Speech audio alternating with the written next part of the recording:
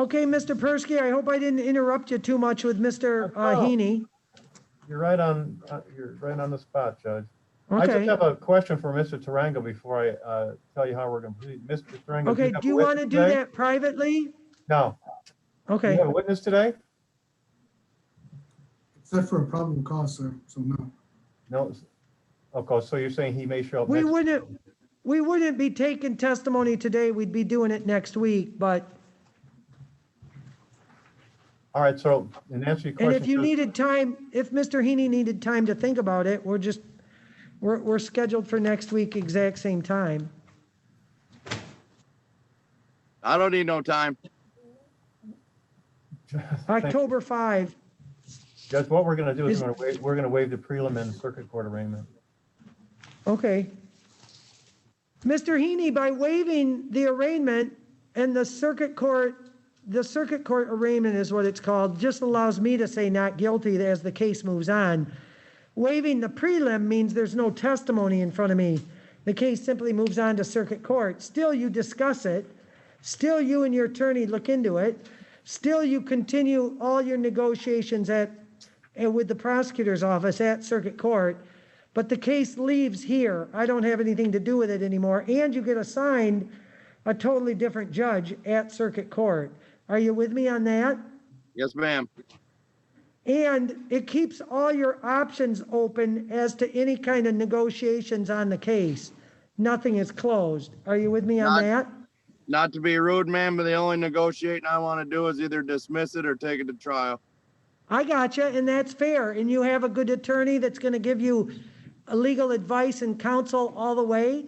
But you still learn more as it goes to circuit court in terms of what some of those discussions are.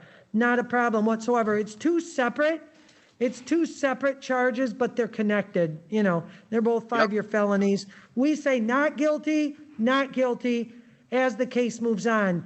If you give Mr. Persky authority to sign a waiver of the circuit court arraignment, there's 2 documents we need. One's the waiver of the prelim, one's the waiver of the circuit court arraignment. If he signs those, we send them to him by email, he sends them back. But if you give him authority to sign those, Mr. Heaney, we say not guilty on both cases. And then you still stay in contact, of course, with Mr. Persky, because he's going to be notified when your next appointment will be at circuit court, like usually within the next 4 to 6 weeks. Questions about that? No, ma'am. Okay. So do you give Mr. Persky authority to sign those 2 documents for you? Absolutely.